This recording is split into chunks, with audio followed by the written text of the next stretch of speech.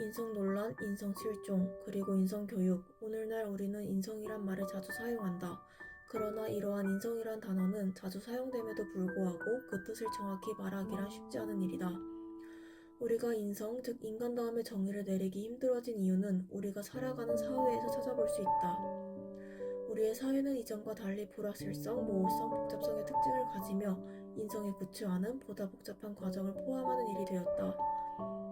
현대사회에서 우리는 우리의 고유한 본성, 우리가 어떤 존재인지조차 이해하기 힘들어진 것이다. 인성, 인간다움이란 인간이 어떠한 존재인지 이해하는 것에 기반하는 삶이다.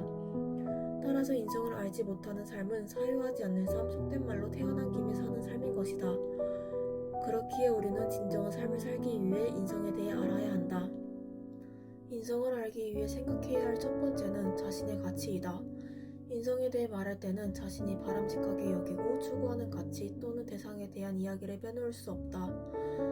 각자의 가치는 고유하고 주관적인 내용으로서 나를 표현하는 주요한 요소이기 때문이다. 내가 추구하는 가치는 부끄러운 삶을 살지 않기 위해 최선을 다하는 것이다. 내가 이러한 가치를 추구하게 된 이유는 단순하다. 최선을 다하지 않는 삶을 살았을 때의 한계와 후회를 경험했기 때문이다. 이러한 경험으로 생긴 가치는 나의 목표를 명확하게 함으로써 나를 이끄는 힘이자 나를 대표하는 것이 되었다. 내가 추구하는 가치를 안다는 말은 곧 나를 안다는 말이기에 나를 알아야 비로소 알 수 있는 인성의 탐구에 있어 나의 가치를 아는 것은 중요하다. 가치와 더불어 두 번째로 생각해야 할 것은 나의 강점과 약점이다. 강점과 약점이야말로 나의 본성을 가장 명확하게 보여준다. 나의 강점은 자기 통제 능력과 한계의 긍정적인 인식이며 반대로 약점은 평가에 대한 민감성과 외부적 요인으로 인한 정신적 압박에 취약하다는 점이다. 가치와 연결하여 말하자면 나는 욕구를 효과적으로 통제하여 최선을 다하는 삶을 추구할 수 있었고 이 과정에서 발견한 나의 한계를 긍정적으로 인식함으로써 발전할 수 있었다. 그러나 최선을 다한다는 것은 주관적인 기준이기에 나는 타인의 평가에 민감하게 반응하게 되었고 이에 정신적인 압박을 받으면서 나의 가치에 대한 기준이 흔들리는 경험을 하게 되었다. 즉 나라는 주제의 큰 틀이 가치라면 틀을 이루는 요소들은 강점과 단점인 것이다. 마지막으로 생각해야 할 것은 나됨이다.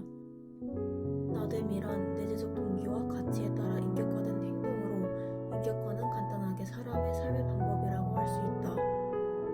우리는 나됨을 드러내는 행위자로 살아가야 한다. 다시 말해 외재적 요인에 의해 흔들리지 않는 내재적 동기로 살아가야 함을 말한다. 나의 강점과 약점에서 말했듯이 내가 타인의 평가에 민감하게 반응하여 가치의 기준에 혼란을 겪었던 것은 나됨을 드러내는 행위자로서 살아가지 않았었기 때문이다. 나됨을 드러내지 않은 채 그저 사회의 흐름에 쓸려가는 것은 결국 인간은 어떤 존재이고 인간의 본성은 무엇인지 결국 내가 누구인지 생각하는 힘인 사유의 힘을 잃고 인간의 고유함이 사라진 비인간적 삶을 살아가는 것이다. 그렇기에 나됨은 인성을 알아가는 것에 있어 핵심적인 내용으로 그 무엇보다 중요하다. 지금까지 이야기한 나의 가치 그리고 강점과 약점은 나를 구성하는 것들을 강화 또는 개선하고 결론적으로 나됨을 드러내는 행위자가 되어 인성 다시 말해 인간다움을 갖춘 삶을 살기 위한 것들이다. 이러한 삶을 위한 과정은 내가 외면하고 싶은 나의 모습까지 직시해야 하기에 고통스러운 과정이 될 수 있다.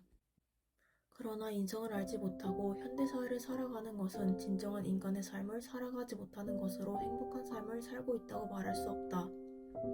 그렇기에 우리는 인성에 대해 알고 기억하여 우리가 바라는 삶을 살 수 있어야 할 것이다.